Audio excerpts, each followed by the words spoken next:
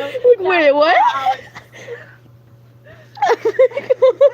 No, I want to see Anna's reaction to that. Wait, what? Just like okay, wait. I want to see Anna's reaction to that. Where's Anna? Oh my god. Where's Anna? You know I'm like hopefully live right now, right? Just open up me going. Just open up me replaying what just happened. Where's Anna? No. Where's Anna? No. Where's Minda? No. Where's Minda? Your mom. Where's Minda? No. Where's Anna? No. Where's Ascot? No. Where's Fluffy Butt? No. Where's Proto? No. Where's Baby? No. Please. No. Please. No. I have something different to say. You know we're live, right? Oh, what? We've been live. Oh yeah, We're I knew almost you were 40 live. I got the notification on my tablet. No, like right now, we're live right now. Yeah, I know. I got the notification on my tablet when you went live. No, right now we are live right And now You just went live again? because my microphone cut out halfway through. Oh. Wait, So I'm live everyone again. is hearing. We're live, and you keep on saying it, and it's finally working. And screw you. Screw your mom. The darkness ain't your mom.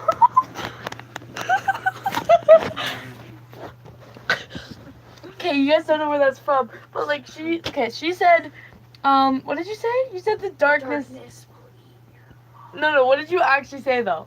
The The darkness will eat your mom. I thought you said the darkness wasn't your mom. No, I said the darkness will eat your mom. And then I asked, she said, Originally, I was gonna say the darkness will eat your face. and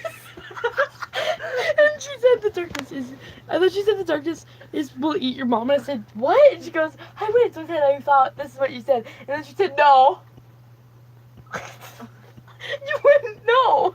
I thought you were right. Ow! I just got stabbed by my unicorn. What a way to start a live stream, am I right? Ow! I just got stabbed by my unicorn. I'm a unicorn stuff. Ow! I got stabbed again. What is my life? No.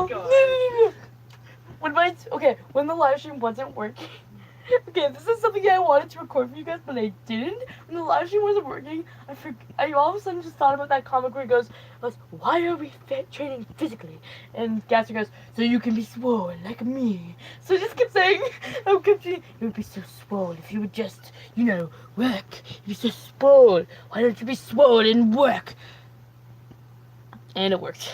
Well, no, it never did. So I literally had to shut my tablet all the way down. And it worked. Well, no, it never. Awesome. It's working. Properly. No. I'm in Irish folklore. No, it said properly. Look at, I'm in Irish folklore. You're a wee little Irish folk. I'm a wee little Irish folk.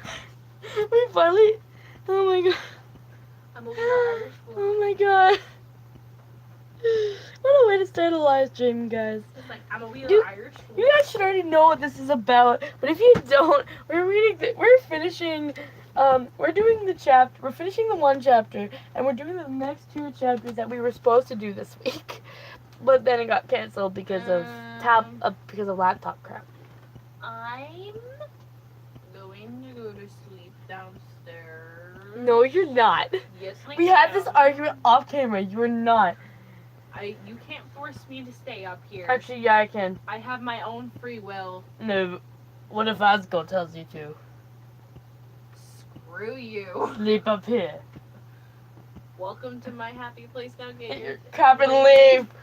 Censor! This is a family-friendly channel. I did censor it. We I spent did 4 censor minutes it. and 15 seconds and counting talking about stupid crap, not even the book. And now we're gonna be up here for like 3 hours. Are you happy with yourself? At least let me read to you. Like, either sit in the chair or sleep or like lie down under there, so I can at least read to you and I can hear your reactions. Please. Fine on one condition. What? You read the book with funny voices. Oh God. Okay. Whose voice? Okay, whose voice? We're doing. Okay. I don't know if you can hear her. You probably will because like I'm not using my microphone because it doesn't work with my tablet. It does not compute. But she said, Compute the compute. but she says that if I read the book in a funny voice or in other voices, No, so like in other voices, when other people are talking, like it's like, oh hello. oh, like change the hello, voices. How are you, my Oh, you're friend? saying read it as the characters. Yeah. Ah. Okay. So I'll read it myself for everything but when they say something. I'm not gonna go, oh hello. I'm gonna go what I think their voice will sound like. Okay. Okay. Okay. No, that was a joke as a demonstration. Yeah. So I will read it as the characters, as I would think the characters would sound. And then I will randomly hop in like. Just so you know, if you like hear something the like, door. if you hear something like this, The door. if you hear something like this, it's because I got. This is two things that were liquid damaged. My book got a little bit damaged. Some iced tea that was heated up so it tasted like real tea got spilled on it. We spent almost 6 minutes talking about anything but the book. Let's finally get into the book. Okay, so I'm the last gonna thing, crawl under the yeah, bed, crawl under the bed. and then I'm gonna sleep halfway through this, and you're gonna get your wish of me sleeping up here. Yeah, and you can move downstairs like halfway through the night. You got up again. You got up fast again. I got up too fast. Okay. I'm gonna start reading. No, give me a minute to prepare myself. Okay, be prepared for a little bit of wetness. I had to wipe some stuff up that I spilled. What did you spill? Water. What, again? On the bed. It was on the bed. It was not on any more tech.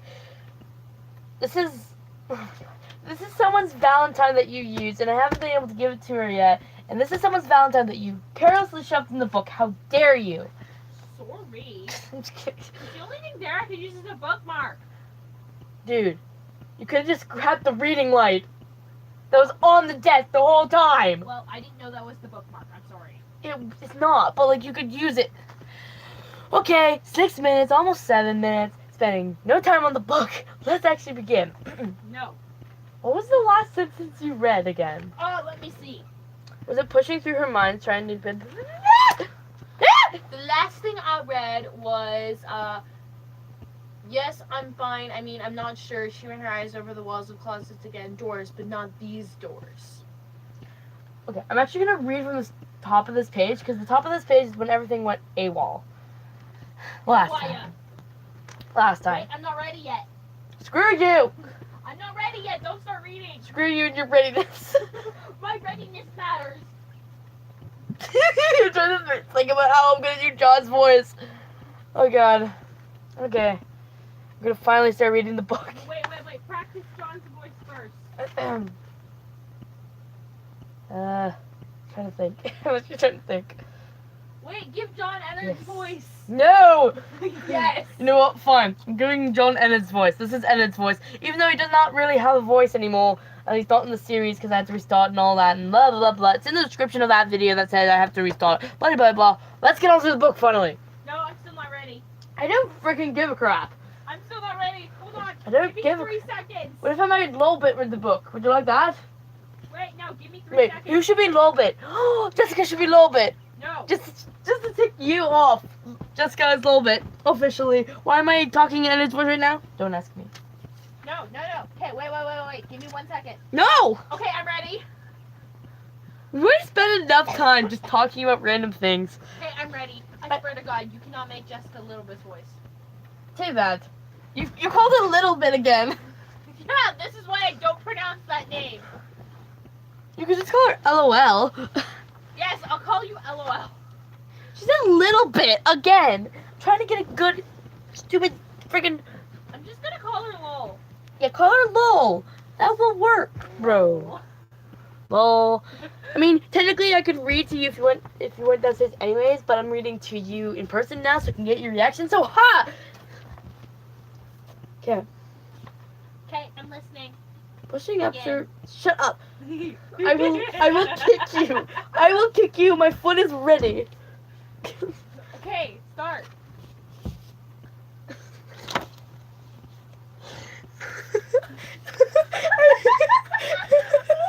Why are we laughing? I don't know. I inhaled. I looked at the book and like. The first words are pushing up, and I read it punching up. I'm like, what? If you don't start reading, the world's gonna end. Screw you. Screw the world. I'm just kidding. I'm just kidding. Don't. Okay. pushing up through her mind, trying to break out of her subconscious. Now they had their doors. She repeated, "Yes, yes, I see."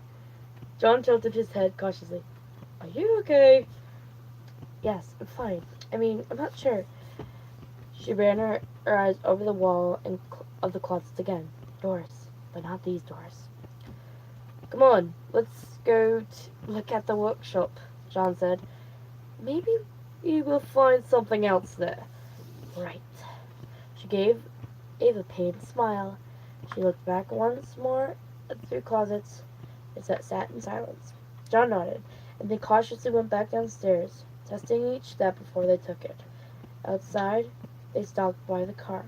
The workshop was invisible from the driveway, hidden behind the house. The backyard had once been surrounded by trees. A small wood that acted as a fence.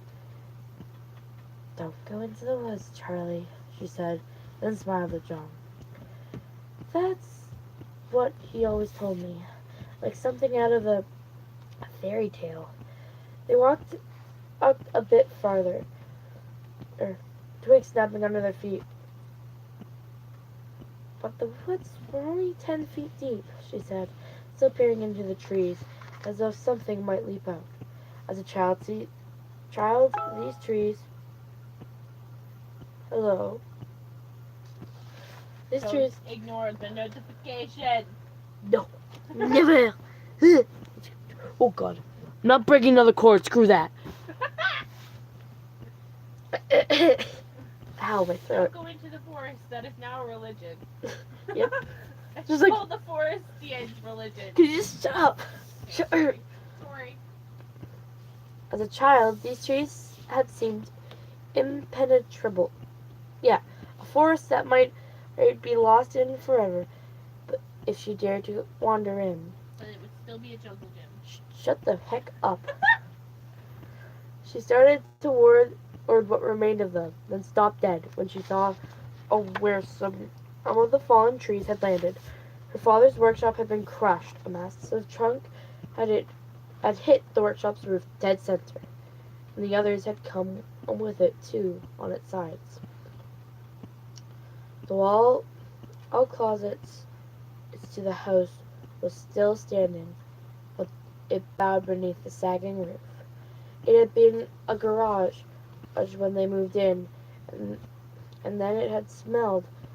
It had become her father's world, a place of light and shadow that smelled of hot metal and burnt plastic. Charlie peered down at the rotting wood and broken glass with careful attention, looking for something she might otherwise miss. "We're definitely not going in there," John said.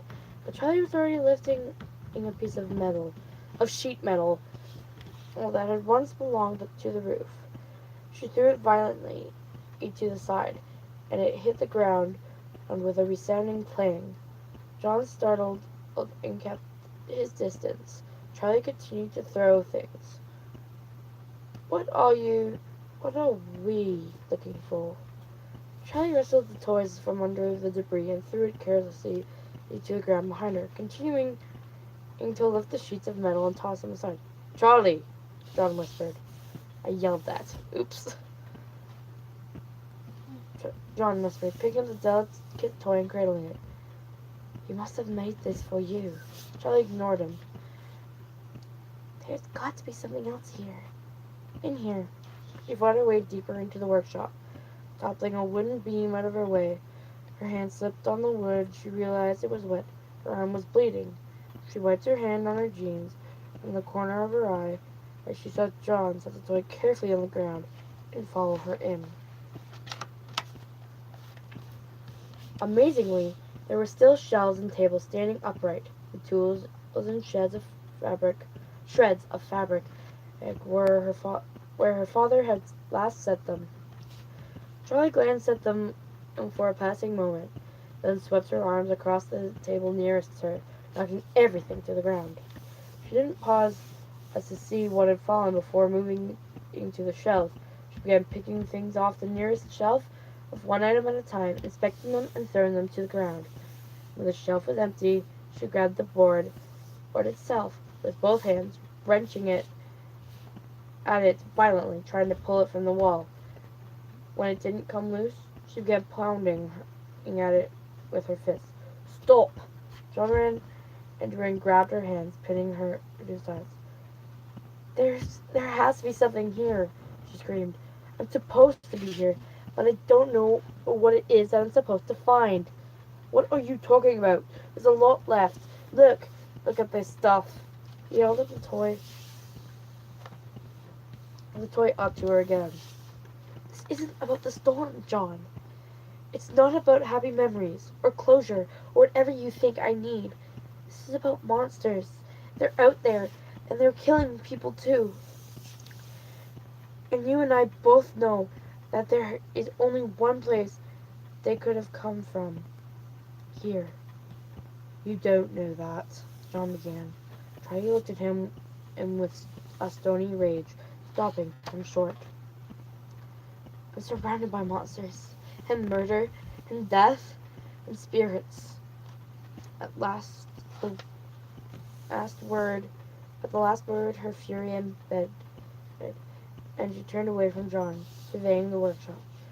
She wasn't sure now what damage the storm had done, and what it had been her. All you can think about is Sammy. All I can think about is Sammy. I feel him right now. I can feel him in this place, but he's cut off. It doesn't make sense. He died before my father and I moved here, but I know I'm here for a reason. There's something I'm supposed to find. It's all connected, but I don't know how. Maybe it's something to do with the doors. I don't know. Hey, okay. We'll find it together. John reached out for her, pressing. Charlie's strength gave way, and she let him pull her close, pressing her face into his shirt.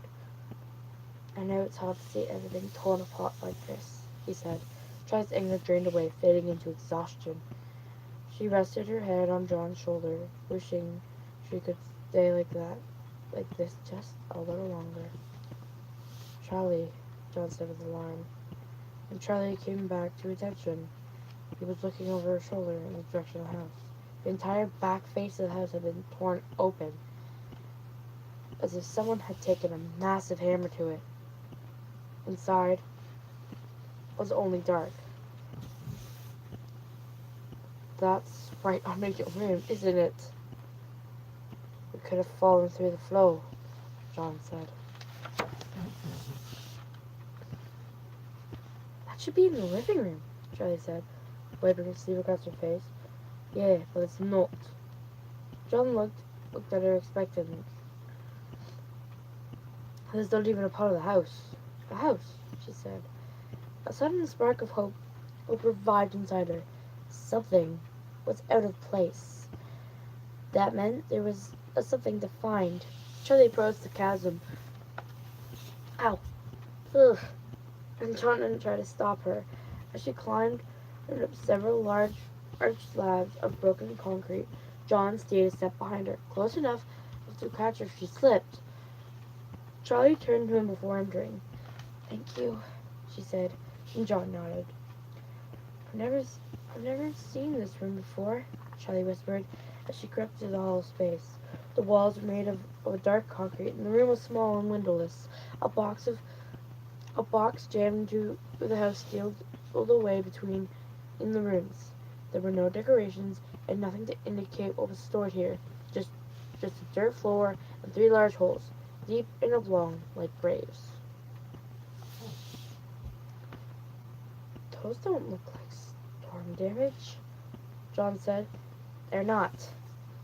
Charlie went up to the edge of the nearest this hole, looking down. Were you expecting to find these? These holes were deeper than the ones she'd found at Tracy Horton's house. Perhaps it was a shadowy room, but these looked like real graves. They were a foot or so deeper than the ones she'd found before, and partially filled with loose dirt. John was standing patiently behind her, waiting for her answer. I've seen them before. She made it behind the house of the dead woman. What are you talking about? Charlie sighed. There was another body. I found her today. In the field. I called it Clay, and then I went to her house. While he waited for the rest of the cops to show up, there were holes like this in her backyard. That's what you couldn't tell me? Another body? John sounded hurt, but his wound nutrition lasted only a second before it cleared. He started scanning the room again, his eyes intent on the walls and floor. That, and the fact that she looked like me, Charlie thought. So, what do you think these holes are? He asked finally. Charlie barely heard him. Her gaze had fixed on the blank concrete wall on the far side of the room. It was empty, whitewashed, with enough to turn gray with dust and mildew. But something drew her to it, leaving John alone by the open graves. Charlie he walked slowly to it, drawn there by a sense of sudden recognition. It was like she just remembered a word that had been on the tip of her tongue for days. She hesitated, holding her hands out flat at less than an inch from the wall, uncertain in what was holding her back. She steeled herself to place her palms against the wall. It was cold. She felt a slight shock of surprise, as though she'd expected to feel warmth on the other side. I'm gonna be checking something really quick. Really quick. Please, please, please, please. It'll be working. Really quick. It's working. We're good. We're goody. We're Gucci. We're Gucci. We're Gucci. We're awesome. This is awesome. Now try to surprise. As though she'd expected to feel warmth on the other side. John speaking, but to her it was only murmurs in the distance. She turned her head and delicately placed her ear against the surface, closing her eyes. Movement. Hey! John's voice broke her focus, waking her as if from a trance. Over here! She turned. John was bent over in the mound of dirt next to the furthest grave. Charlie started towards him, but he put his hand up to stop her. No, come around the other way. She carefully made her way around the perimeter of the little room until she was beside him. At first she couldn't tell what he was trying to show her. Something was almost visible, veiled in a thin layer of dirt, so that it blended into the ground, sounded as if deliberately camouflaged. But eventually she saw it. Rusted metal, a glint of a staring plastic eye. She glanced at John, who just looked back at her. This was her territory now.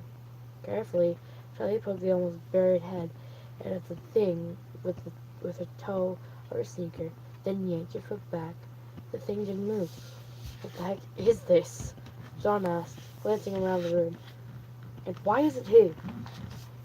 I've never seen this before, Charlie said. She knelt, curiosity overtaking her fear, then used her hand to scrape against some dirt, clearing off a little more of the creature's face. Behind her, John drew a sharp breath. Charlie just stared down.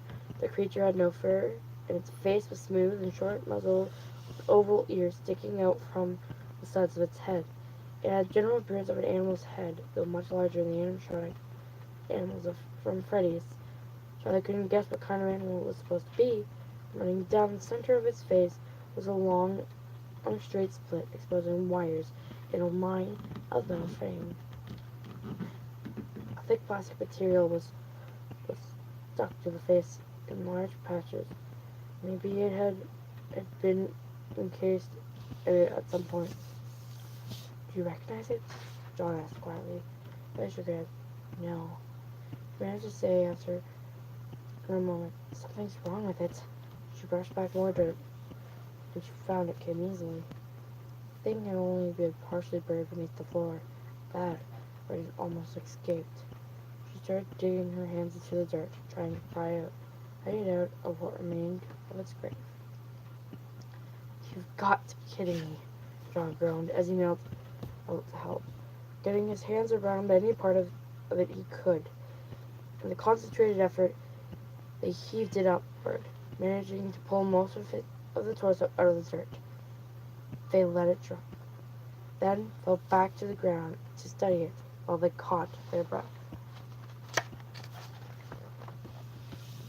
Like the face, the body was smoother than animatronics, except Charlie was used to, had no fur and no tail or other animal appendages.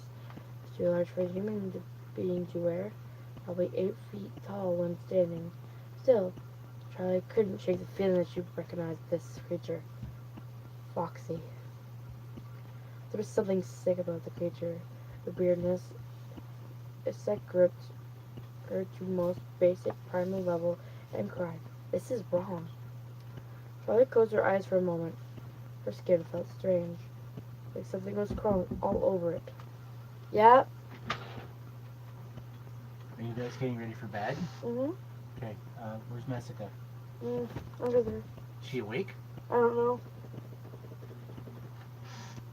I moved your tablet. It's up on the box behind the couch, so the dogs don't get up and bend your charger. Thanks, Dad. Don't be up all night, you. We won't be. It's almost 1 o'clock. We know. Are you reading to Jessica? Pretty much. I see. Night. Good night. Back to the book. That was my dad. I almost fell asleep too. I know. He's like, what? I'm just kidding. Oh, by the way, did you hear any of the last paragraph? Yes. Okay, what happened? Pop quiz, what happened? Okay, I'm confused about the whole like moving with the wall thing and then going over to seeing like a plastic eyeball. I'm confused at what happened there. Oh. And then they basically uncovered an animatronic body, but it didn't really look like an animal. Let me read that little paragraph, a little, like the last sentence of it. It was too large for a human being to wear. Probably 8 feet tall while standing. Still, Charlie couldn't shake the feeling that she recognized this creature. Foxy. I remember this. So pretty much what happened is Okay, no. they were exploring this room. You haven't seen the other you haven't read the other chapters except for a little bit of the start of this chapter. Wait, no. Do you want to know what the thing is though? What? It's not that I wasn't listening. I was listening. It's my brain wasn't processing it, so I'm just picking out words from what I've heard. Okay. But also, like, you haven't read the other chapter, so it might not make as much sense to you as it does to me. Just keep reading. Ow. I hurt my thumb. Or not my thumb, my finger. Okay. Isn't your thumb a finger? No, it's not. Stop. Oh no. That's why. That's why if an officer ever pulls you over and asks how many fingers I'm holding up, and he has up his 4 fingers and his one thumb, you say you're holding up 4 fingers. And he goes, no, I'm holding up 5. You say no, you're holding up 4 fingers and 1 thumb. Don't do that, because then you're going to get arrested. No, you're not. Anyways. You can get a penalty for harassing an officer though. Exactly. So you probably get, like, charged. Probably. I'd rather, like, tell them how many fingers I'm holding up. It's called being a smartass. Actually, there's nothing against the law. Language. Oh. It's called Swar being a jar. fluffy butt. Flour jar. Flour jar? It's called being a fluffy butt. Swar jar. I meant swar jar. Okay. Dude, it's called being a fluffy butt. No, he is not. It was a joke. Lie down on your pillow. I am Lie lying down on your pillow and be quiet. No, Too bad. I'm laying down. I won't be quiet. Be quiet. Fine, Ms. Bossy. Excuse me? Nothing. Exactly. That's what I thought. There was something sick about the creature, a weirdness that gripped at her at the most basic primal level. And she cried, "This is wrong." Oh. Charlie closed her eyes for a moment. Her skin felt strange. It felt like something was crawling all over it. It's just an oversized doll. She took a deep breath, deliberate breath, opened her eyes, and inched forward to examine the thing. Her hand touched the creature. A wave of nausea hit her. but it lasted only a split second. She continued and turned the head to its side, joints resisting. The left side of its skull had been crushed.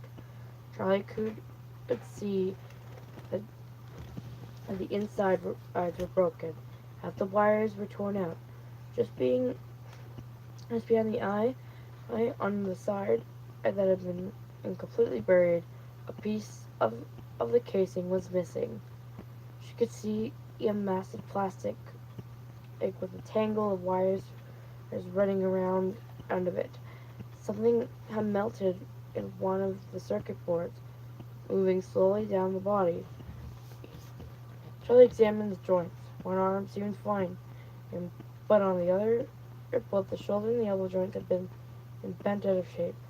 Charlie looked up at John, who had watching her with a worried expression. Anything familiar? I don't recognize it. It's not something my dad ever showed me, Charlie said. Maybe we should put it back in the ground and get out of here. This feels like it was a mistake. But on the inside, Charlie ignored him. This hardware, joints, it's older technology. Maybe he made them earlier.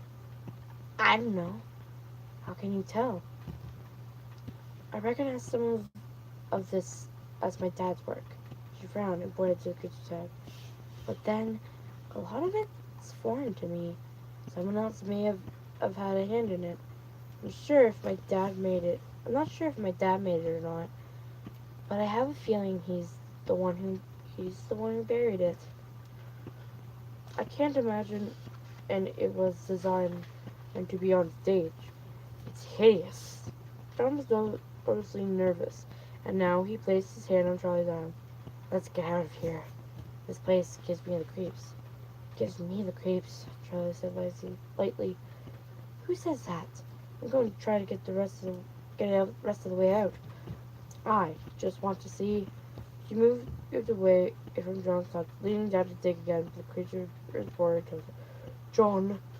Sir Charlie! John cried, just as a metal shriek rang out.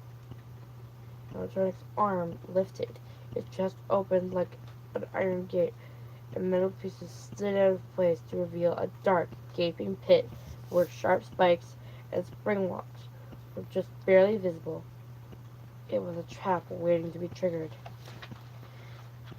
Yet disorientingly, something else about it had transformed at the same time. Its artificial skin took a luminance, and its movements were fluid and sure. Its casing suddenly appeared to have skin and fur, though they were blurry, flickering like a trick of the light. Charlie jumped backward, but it was too late. The thing had her in its grip, lifting her high into the air. It was pulling her towards it. She beat against the bent, damaged arm, and the other arm steadily forced her closer to the chest cavity. John stumbled backwards for a moment, bending forward with one hand and over his mouth, as it struck by a wave of nausea. Charlie struggled to break free, but her strength was no match for the creature. Out of the corner of her eye, she could see John lunging toward the beast. He grabbed its head, wrenching at it, trying to force it sideways. Beneath Charlie, the animatronic began to spasm. A stuttering and uncontrolled movement. The creature's grip came loose, and the arm swung around wildly. Charlie struggled to get her to her feet, but her legs slid in the dirt. The creature seized her again, and its cold fingers drew her closer. Charlie braced her shoe against the ground, trying to give herself leverage, but she was being pulled down by an overwhelming force. Suddenly, she was face to face with the beast, her shoulder already inside the chest cavity. The thing pressed her closer. Then, suddenly, it jerked and released her. She rolled away and heard the sound of snapping spring locks. The creature convulsed on the ground in front of her, headless. Charlie looked at John, who was holding the thing's head in its hands, his eyes wide with shock. He dropped it and kicked it across the floor. Are you okay? John scrambled to her. Charlie nodded, staring at the broken animatronic head. It still seemed alive. Its fur bristled, its skin moved, as if there were muscles and sinew underneath. What the heck happened? John raised both his hands in surrender. Charlie carefully picked up the massive head and flipped it upside down, rearing into the base where John had torn it off the neck. Ugh. Ugh. John bent over, his hand on his hands and knees. His face was pale. He stumbled erect and sound. Charlie started towards him in surprise. What's wrong with you? You've seen worse than this. No, it's not that. I don't know what it is. He straightened and stumbled toward the wall, bracing himself. It's like there's some horrible smell in the air. But I felt the smell. Charlie held her fingers to her ear, listening. There was a tone in the air, a high pitch and quiet. It was almost imperceptible. I think something is still on, she said.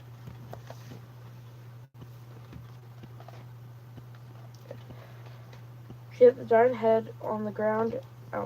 John had a hand to his ear, listening, but when she looked at him, he shook his head. I can't hear anything. Charlie returned to the body of the creature and peered at the gaping chest cavity. Are you okay? She asked half-heartedly, not taking her hands off the robot. Yeah, I feel better back here. He heaved and she turned John's face. She turned. John's face was strained, his arms were tight across his stomach. I think it's passing, he said. Then doubled over, barely getting out the last syllable. This thing. Charlie clenched her teeth and jerked her weight back and forth, trying to wrestle something loose inside the chest cavity. Charlie, get away from it. John took a step toward her, then swayed back, as if he were tethered up to the wall. There's something really wrong with that thing. Now, this I've seen before. Charlie, he said, as she pulled the object out at last. It was a flat disc, with the size of a $half coin. And she held it up to her ear. Wow, that's really a bit. I can barely hear it. The sound is why you feel sick. Charlie wedged her finger into a small groove on the side of the object. With the thin switch, John took several deep breaths, then stood upright again, fully testing himself. He looked at Charlie. It stopped. It stopped, she said. Charlie, John whispered, nodding toward the beast on the ground. Charlie looked, and a shock went through her. The illusion of fur and flesh was gone. It was nothing more than a broken robot and unfinished features. John picked up the head once again, turning it to face them.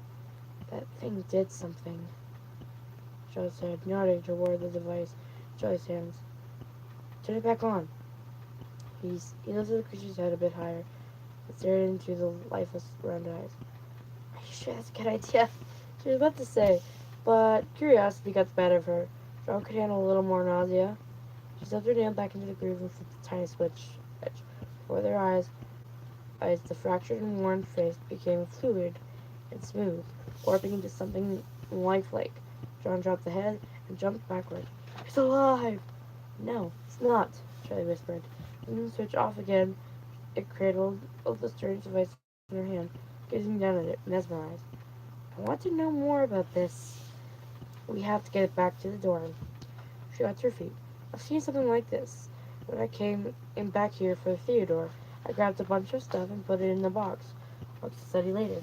Now, I know I saw something like this. For a long time, and John said nothing. Charlie felt a surge of shame. He was looking at her the way Jessica had. This way he had when he first saw her experiment. The little disc inside Charlie's palm felt suddenly like the most vital thing in the world. She closed her hand on it. Okay then, John said plainly, let's go. His tone was calm, and it caught Charlie off guard. John was being deliberate, agreeable. but she wasn't sure exactly why, but it was reassuring nonetheless. Okay, Charlie smiled. Let's see, how long are the next few chapters? Chapter. Actually, they're not that long. They're really short chapters. That's weird. Chapter 7. Hey, Marley. Alright, she's asleep. When they got back to the college, Charlie headed for a door. Hey, slow down! John struggled to catch up. You have the desk? Of course. Right out of his pocket. I know I've seen something like this before, she said.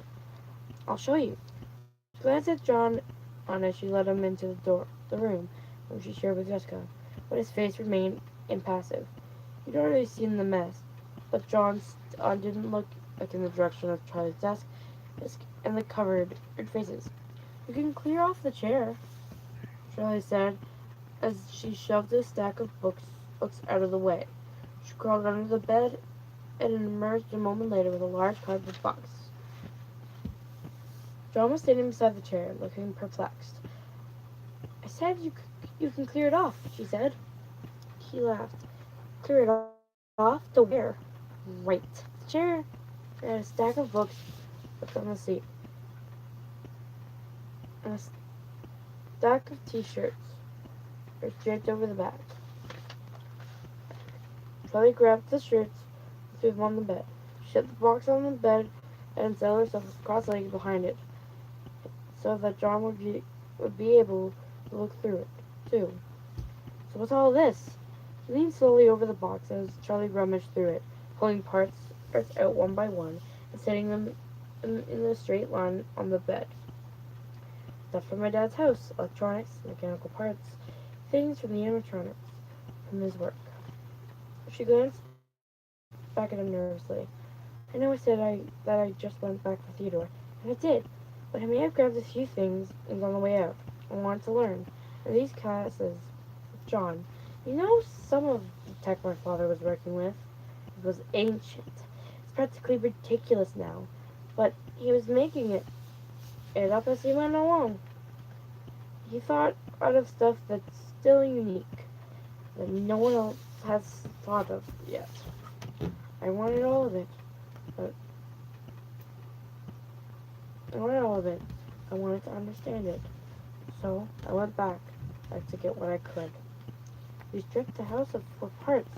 I get it, John laughed, as he picked up Theodore's severed paw and considered it for a moment. Even your favorite toy? Don't you think that's a little heartless? Is it? Charlie picked up a piece from the box, a metal joint, and that weighed it in her hands. I took Theodore apart because I wanted to understand him, John. Isn't that at the most loving thing there is? Maybe. Yeah, I should reconsider the whole dating thing, John said, wide-eyed. He was important to me because my father made him for me, not because he was stitched up and looked like a rabbit.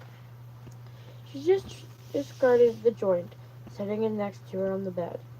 She turned her attention to the box, picking out pieces just one by one and setting them in a row. She was sure she'd recognize what she needed when she saw it. Charlie looked at a circuitry and wires, metal joints and plastic casings, examining each piece carefully. Something would cry out to her, just like the animatronic beast had done, with its raw sense of wrongness. But after a while, her neck grew sore from bending over the box. Her eyes were beginning to gaze over. She discarded a piece of metal tubing in her hands, tossing it onto the growing pile on her bed. At the clanging sound, John looked up. Where do you even sleep? He asked, gesturing not only to the growing pile of burning mechanical parts, but to the clothing and books and the small piles of electronic and mechanical parts. Charlie shrugged. There's always room for me, she said, remarkably, even if it's just barely. Yeah, but what about when you're married? John's face is flushed before he even finished the sentence.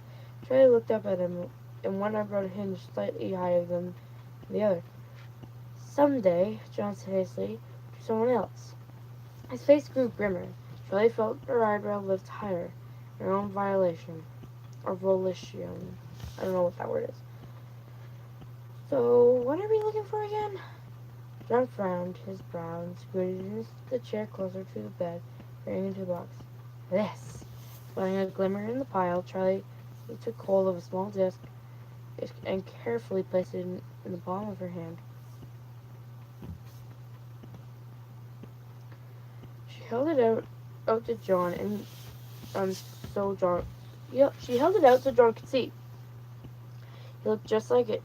The metallic disc was this they found in the body of the animatronic, but one inside of it had been damaged, revealing a curious metal framework inside.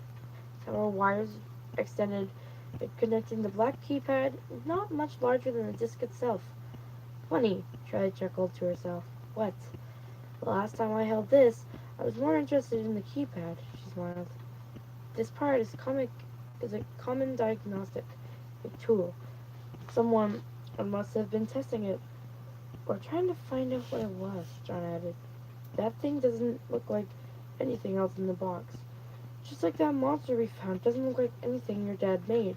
I mean, it kind of looked like Foxy, but no, not the one your dad made. This was some sort of twisted version of Foxy. She pulled a heavy metal joint from the box. This doesn't belong here either. What's wrong with it? It's meant to be an elbow joint, but look.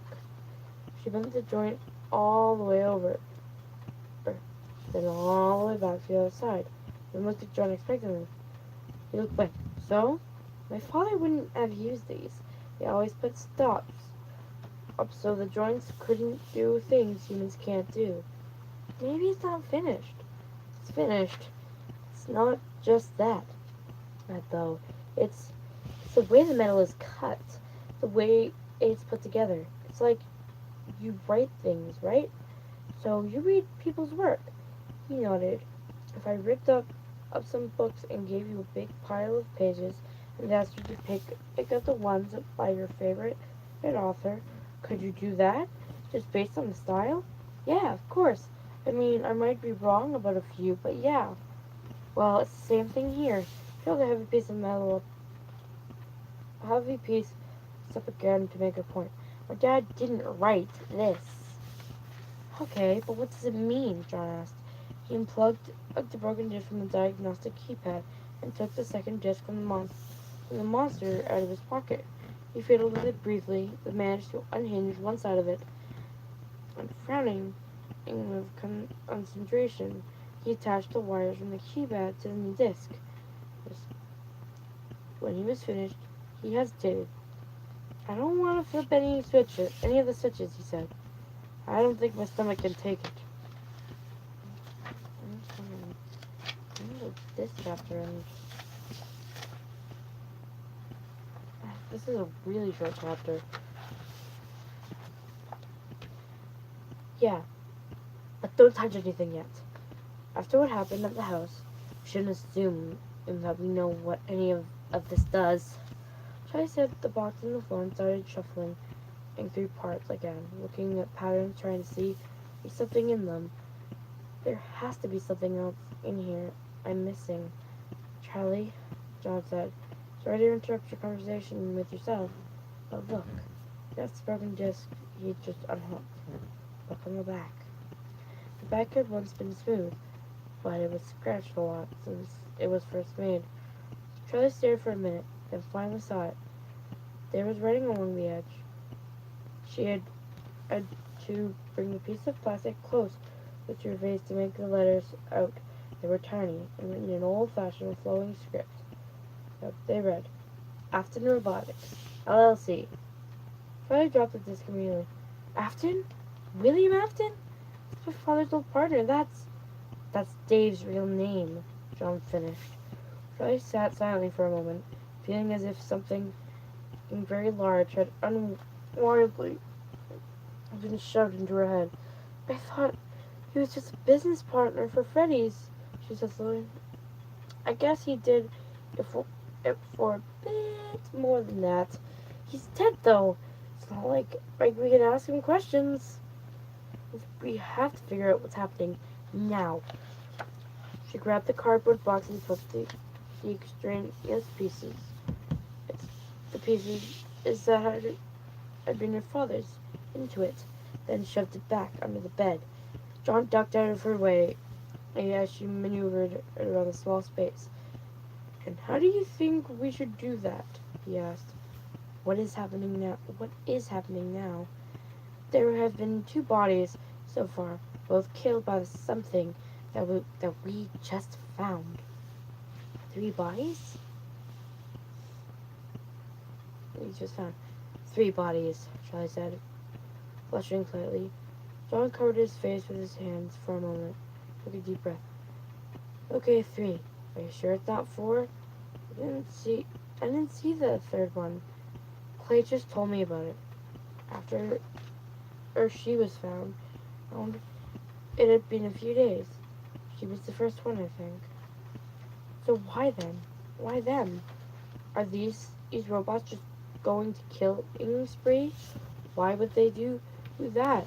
Charlie, is there anything else about this that you're not telling me? Charlie bit her lip, hesitant. I'm serious.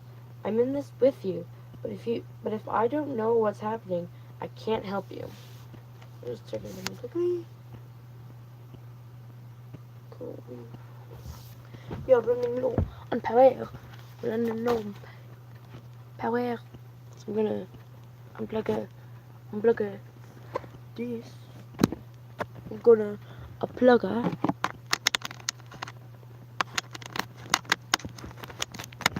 this.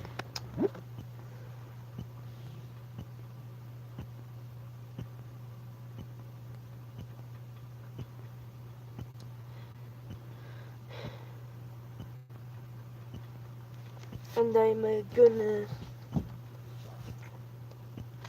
going to continue to read.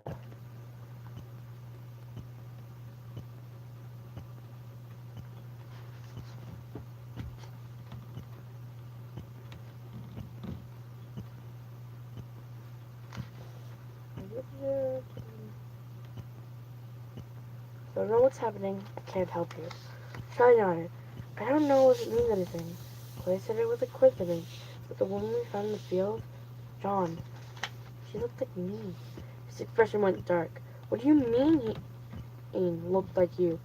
Not exactly like me. The brown hair, same size, sort of.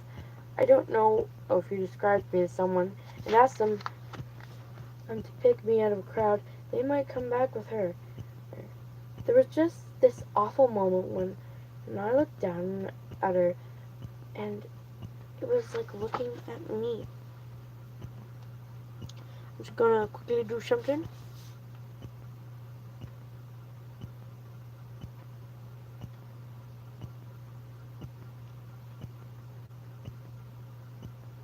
Sorry for being quiet. There we go.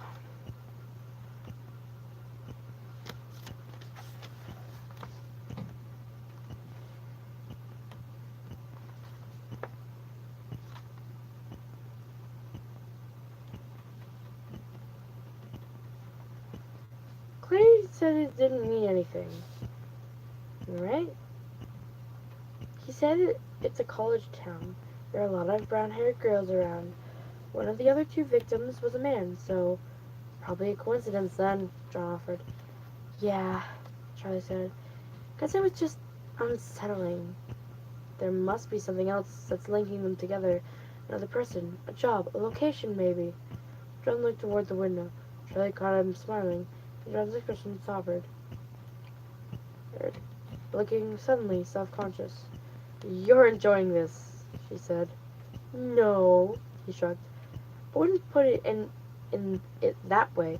I don't want any more bodies, but it's a mystery, and it's an excuse to spend some more time with you. He smiled, but quickly made a face as serious again.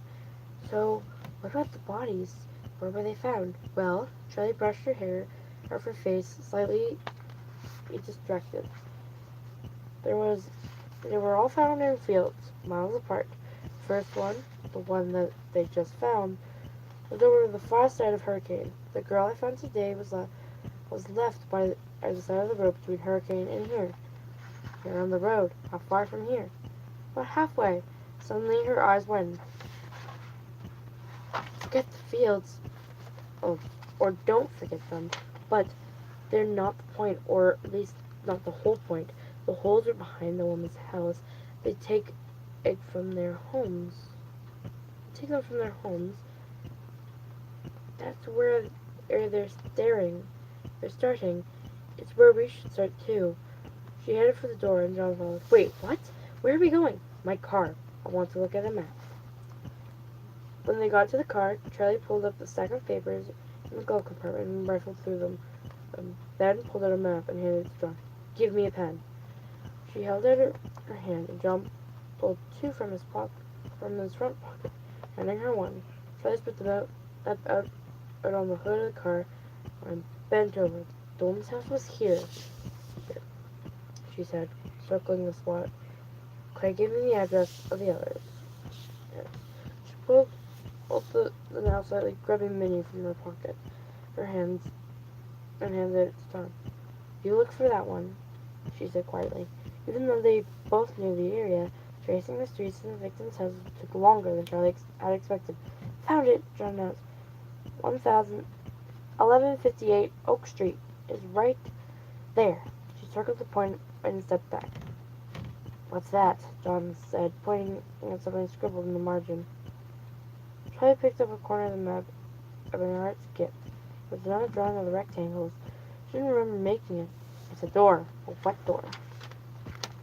She stared it down. It had no knobs or latches. Nothing to indicate how she would get inside or where it was. What good is this to me? I'm looking for her. If I don't know why or how to find it.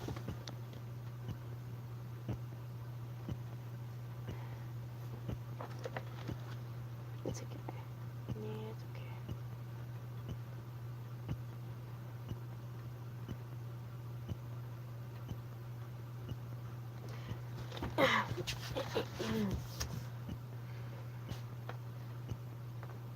Just a doodle, she said sternly. She redirected his attention. Come on, concentrate. Yeah, John said. At least the pattern was instantly clear. The houses were made of a crooked line from Hurricane towards St. George. It truncated it halfway between. All about the same distance apart, Charlie said, a swell of dread rising in her chest. John was nodding as if she understood. What does it mean? She said urgently. They're moving in a specific direction and traveling roughly the same distances. He paused. Killing. Who is killing? A whispering out behind them. Charlie gasped and whirled around, her heart pounding. Jessica was behind her, holding a stack of books on her chest. Her eyes were wide, and a grin of excitement broke across her face. We were just talking about the movie we saw last night, John said with a casual smile. Oh yeah, okay. Jessica gave them a quick look of faux seriousness and glanced at Charlie. So, Charlie, what's the map for? She asked, gesturing elaborately. Oh. Hey. Oh, does it have to do with Freddy's? She said with excitement in her voice. John looked at Charlie suspiciously. Okay, Silver, what you need to know is that so far what has happened is they found another body. Like the last chapter happened. Pretty much what has happened is they went to this abandoned house and they went into the hole. You're gone.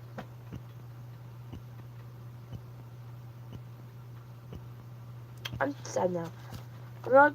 You know what? If you join back, I'm not even. I'm not even. What am I at an hour already? Woo.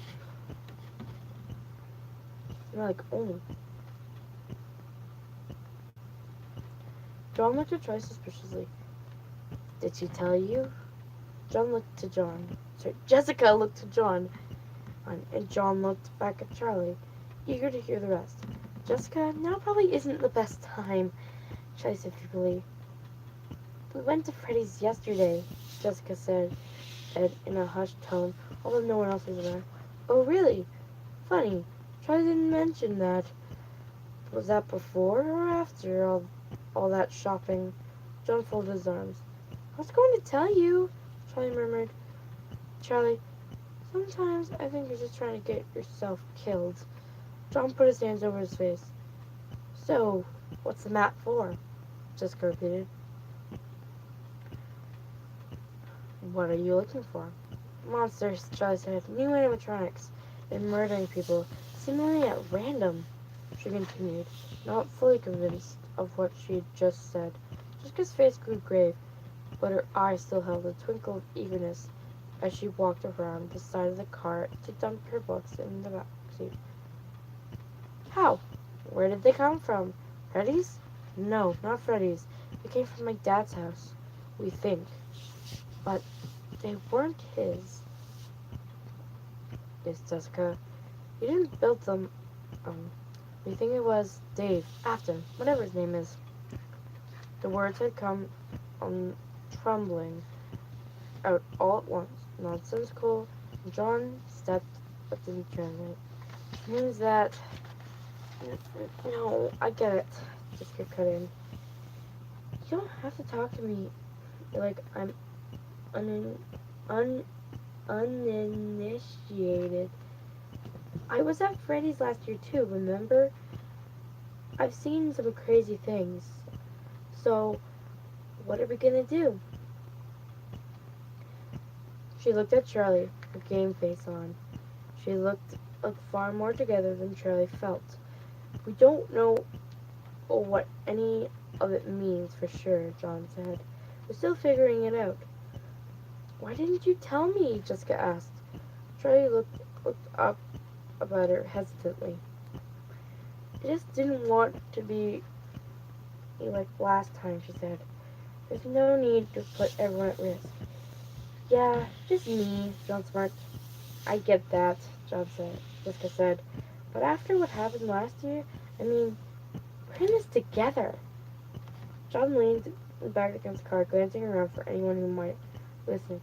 So, Jessica stood around to look at the map. What are we doing?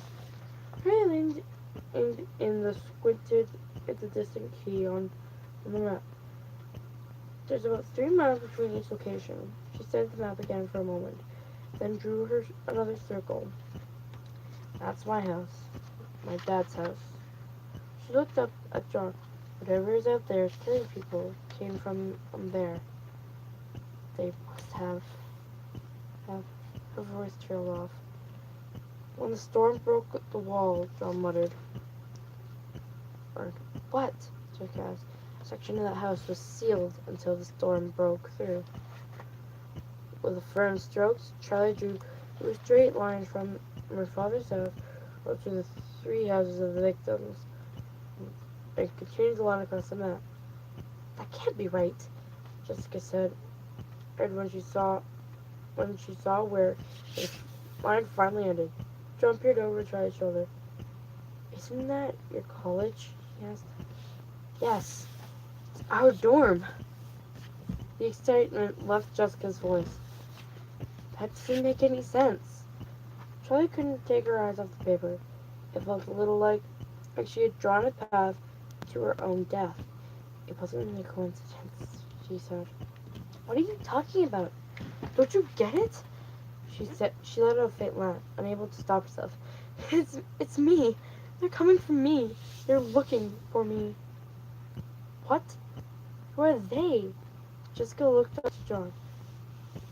There were 3 empty graves at her dad's house, so there must be 3 of them out there somewhere. They move at night, Charlie said. I mean, they can't walk around during the daylight, so they find a place to bury themselves until nightfall. Even if you're right, and they're coming for you, ooh, John said, bending down, trying to catch her eye. Now we know they're coming. And going by this, we can at least guess where they might be next. So what are you saying? What does it matter? Charlie heard her own voice break. It matters because those things are out there right now, buried in someone's yard, and when the sun goes down, they're going to kill again in the most horrible way possible. Charlie said nothing. Her head bowed. Look. John straightened the map and pushed it into Charlie's lap, so she couldn't help but see it. Somewhere in here. He pointed it to the next circle area on the line. We can't stop them if we find them. If we can, we can stop them if we can find them first. John said as if urgency. Okay. Charlie took a deep breath. We don't have much time though. John grabbed the map and they all got into the car. Just tell them where to go. Tell me where to go, Charlie said grimly. John peered down at the map. So this is where we need to be. He confirmed, pointing at the fifth circle, and Charlie nodded. He turned the map up and squinted. Turn left out of the parking lot, and take the next right. I know this place is. I've driven past it. It's an apartment complex. It's pretty run down, from what I remember. Let's go lean forward, looking right between the front and seat. Those circles don't look too precise. It could be anywhere in the area. Yeah, but I'm guessing it's going to be that place with the three fresh graves in the backyard, John said. Charlie glanced at each of them for a second, before fixing her eyes back to the road. There was a safety in numbers. Last year, or when they were trapped at Freddy's together, Jessica was the one who had gotten them inside the restaurant, and in the first place, she was brave, even when she didn't want to be. And that meant more than whatever notion of romance John was entertaining. Charlie, turn right, John exclaimed. She entered the wheel, barely making the turn. Focus! Isn't it murder first? Everything else later. Before them lay sprawling fields, lots of marked out, prepared for construction and future development, but never finished. Some had never even begun. Slabs of concrete were stacked here and there, almost completely obscured by overgrowth. A few lots away, steel beams had been erected to make a foundation that was never filled. The place had been decayed before or was completed. In the furthest lot back was a cluster of what seemed to be finished apartment complexes. The grass and the weeds grew rampant and around them. However, climbing up their very walls, it looked like years of growth. It was hard to tell whether anyone had lived inside. Years ago, the city had been diligent, preparing for the population and boom. One of them that never arrived. More pages and chapter 8 is done. Then we're only going to have one more chapter to go through. Then we're good. In the home stretch, guys, there is a total of, let me find the total, 14 chapters in this one. Do you think the last book might have 15? Maybe. I don't know. 13 is the unlucky number in the last book. Is 14 important in this? Who knows?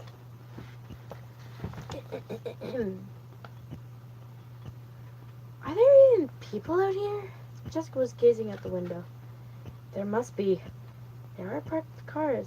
John craned his neck. I think those are cars. I don't know where we're supposed to look, though. I think we just have to drive around. Charlie slowed the car and traversed the road leading toward the buildings. Maybe not, John said. I bet it's somewhere near the edge of the development. Most people would probably call all the police if they saw 8-foot monsters digging holes in someone's backyard. There is a lot of visibility out here.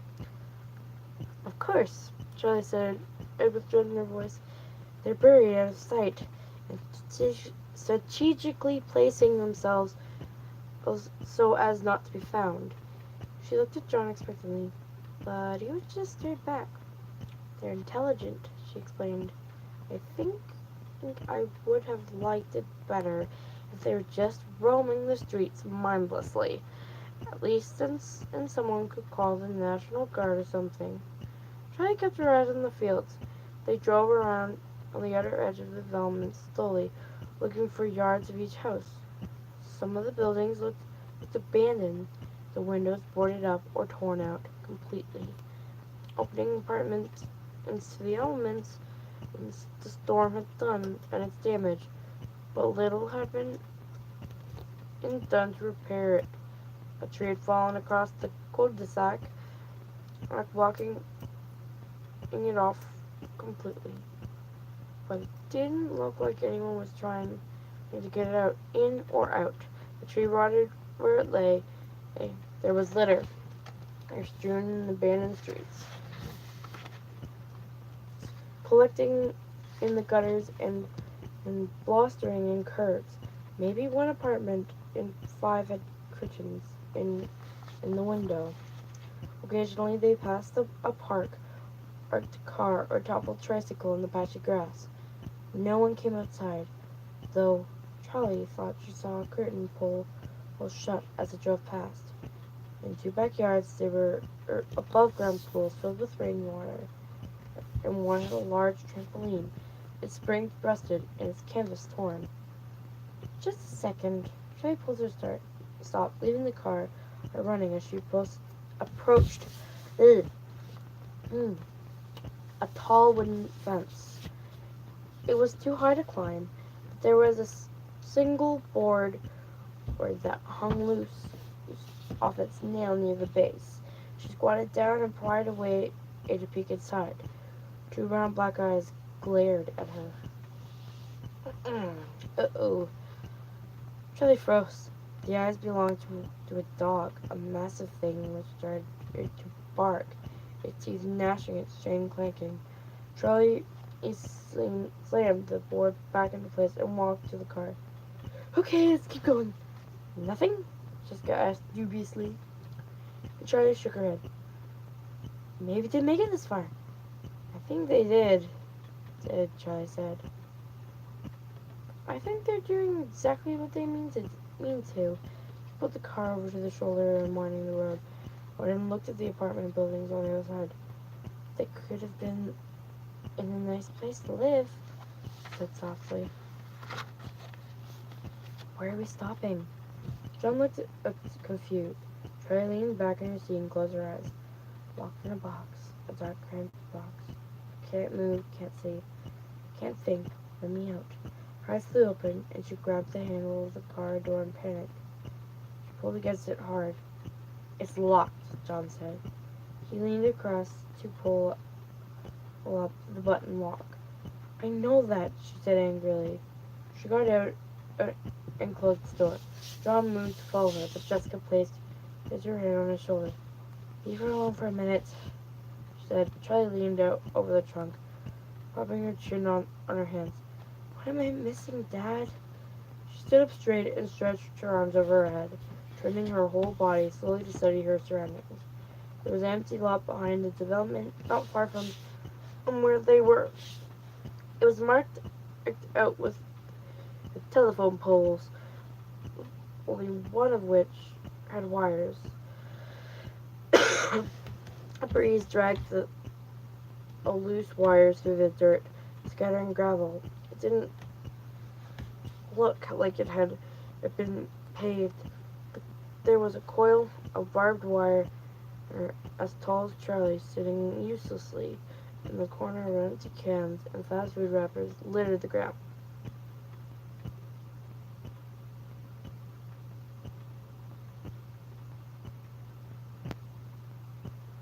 I just took my eye. Scratched it. See out of it, fine, I'm good.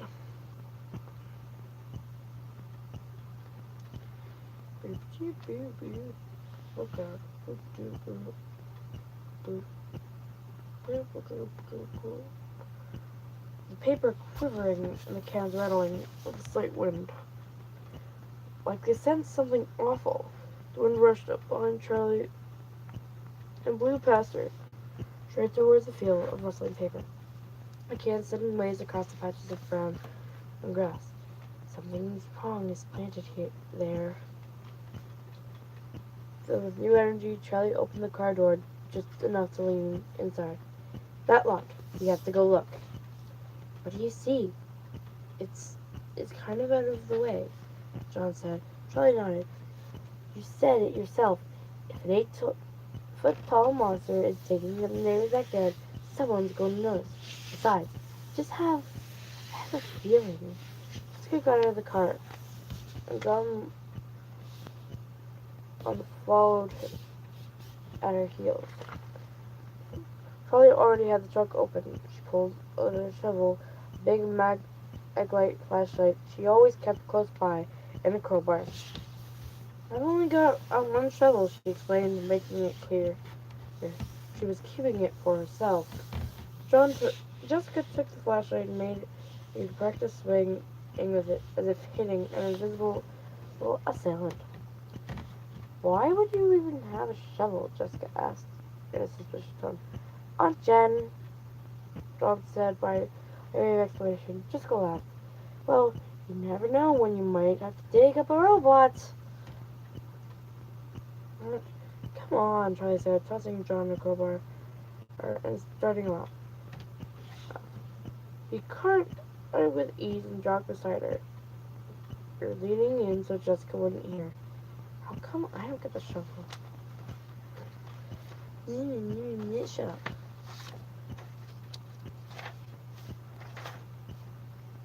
Okay, just so you know, guys, I'm gonna stop at chapter 8 because I cannot continue. My eyes are too tired. It's really late at night. It's like 1:33 in the morning. It is 1:33 in the morning. I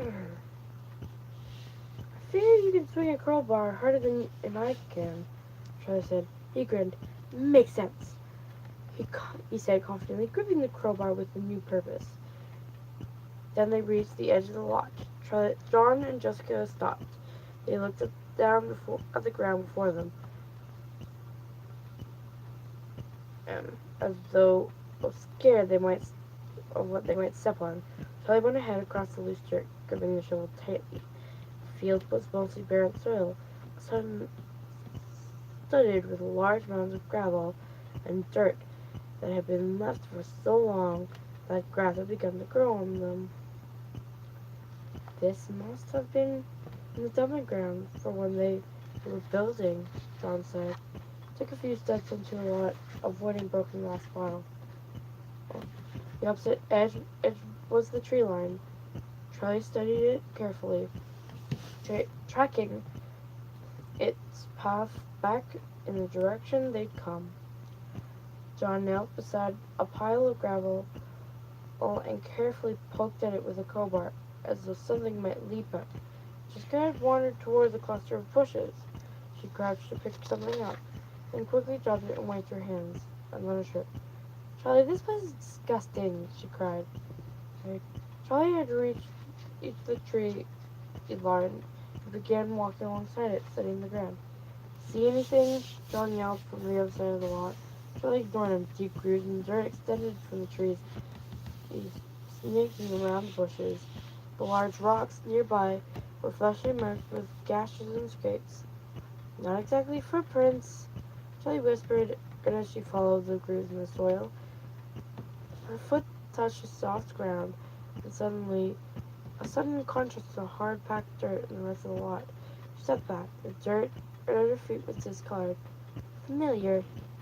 Charlie struck her shovel into the ground and started to dig, the metal rasping noisily, the gravel mixed with the dirt.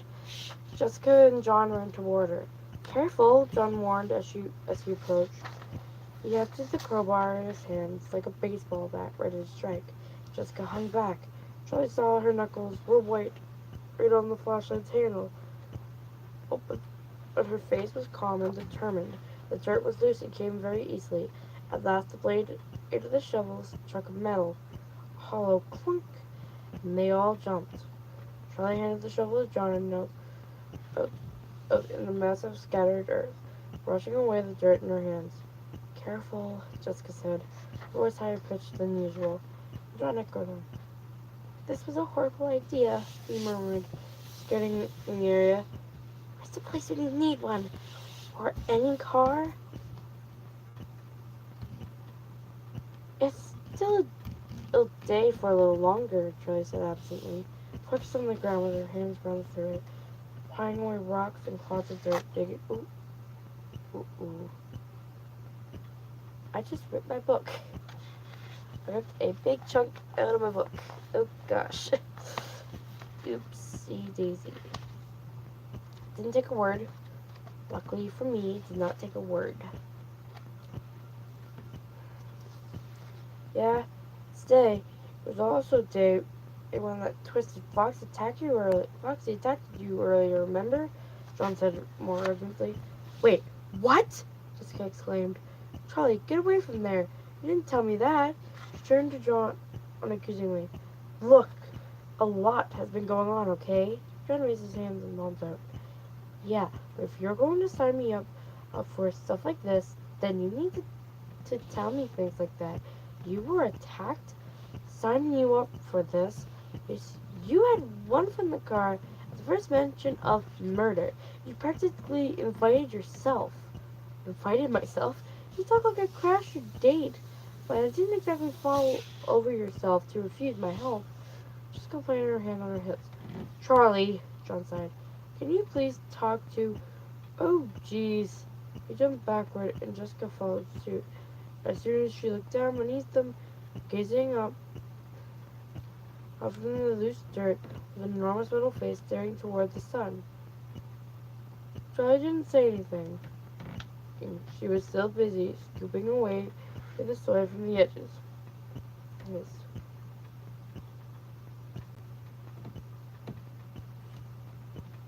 I'm trying to find where it was. Okay. Yeah.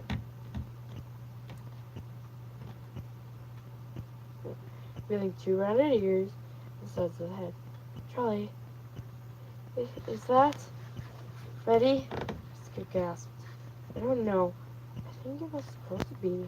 Charlie heard the anxiety in her own voice and stared down at the large, lifeless bear with a perpetual smile. A crude metal frame was covered with a layer of gelatinous plastic, giving it an organic appearance, almost embryonic.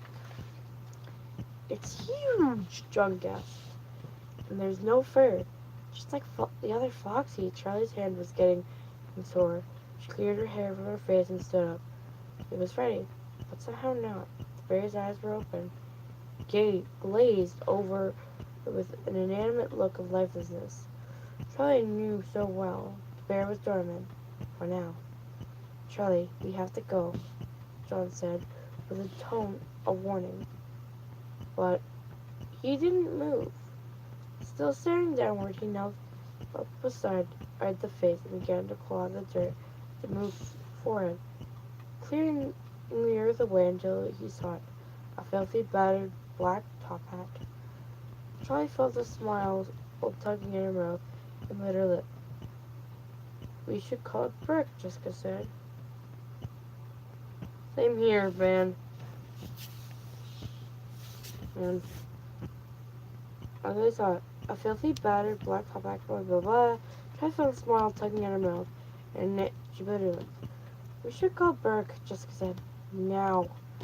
They all turned back towards the development as the wind rose again, rushing past and making the waves tall in the tall grass. The earth was still. The sun was sinking lower on the rolling hills in the distance. Oh, do I want to? I don't think I can. I'm gonna leave this here. Ah, crap. Again? Seriously? I'm gonna leave this here. My head hurts. My eyes hurt. I think it's time for me to close my eyes and be like Freddy and Foxy. Or, well, Twisted, those guys. Go to sleep. Check my eye to make sure it's okay. I stabbed it today, or like just now.